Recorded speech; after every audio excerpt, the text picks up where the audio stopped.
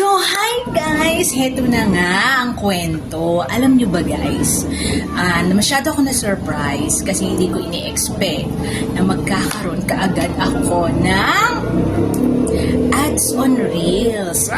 Kasi, nalulungkot ako dahil pula yung dashboard ko. Although wala naman tayong mga violations, pero yung dashboard natin ay pulang-pula.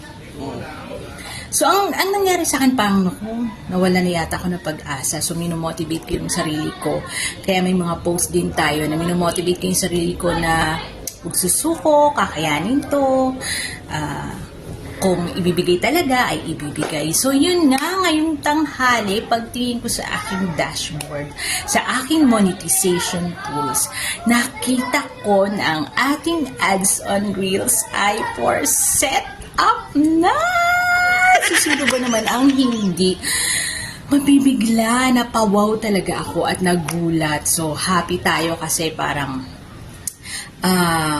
mag 1 year na, almost 1 year. So, yung mga pinaghirapan natin ay talaga naman nagbubunga. So, kailangan lang talaga ang sipag, ang tiyaga, ang oras, syempre yung suporta ng pamilya mo, ng mga followers, non-followers natin dyan. Ako, thank you so much. At hindi mo ma-explain yung anong kanina eh. Ang nararamdaman mo, bigla ka na lang, oh wow! Ganun talaga. Parang hindi ko maisip, totoo ba to? Baka mamaya, it's a prank! Ganun. Pero yun nga, totoo, nag-set up na din tayo at yan, successful na natin na na-set up ang ating ads on Reels. So, sa mga susunod na araw, tingnan natin, sana ay magkaroon na tayo ng earnings. At syempre, hindi yun mangyayari. Thank you Lord. At syempre, thank you sa family, sa suporta, sa mga friends, FB friends, sa lahat ng mga sumusuporta, sa mga followers, at syempre din sa mga hindi natin followers, thank you sa panonood. At sana wag kayong magsasawa na manood ng mga videos doon sa mga kapwa ko content creator na nawawala ng pag-asa.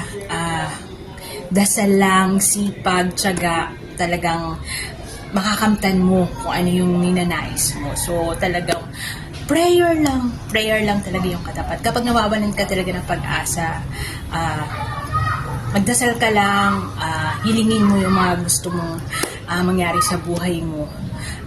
Talagang i-grant yan ni Lord. So, thank you God for this wonderful day, blessing. So, additional income natin to.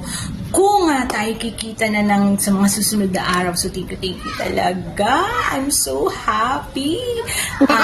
Hindi pa natin nararanasan yung makapag-withdraw ng earnings dito, pero syempre susunod na araw tingnan natin, so abangan nyo yan. So, huwag nyo kalimutan manood ng mga video natin, long form video, live, reels, yung mga photos natin, mag-comment kayo at i-share nyo na rin po. So, have a great day po and blessed day to all, and sana po ay supportahin nyo pa rin ako. Thank you so much. God bless us all. Bye!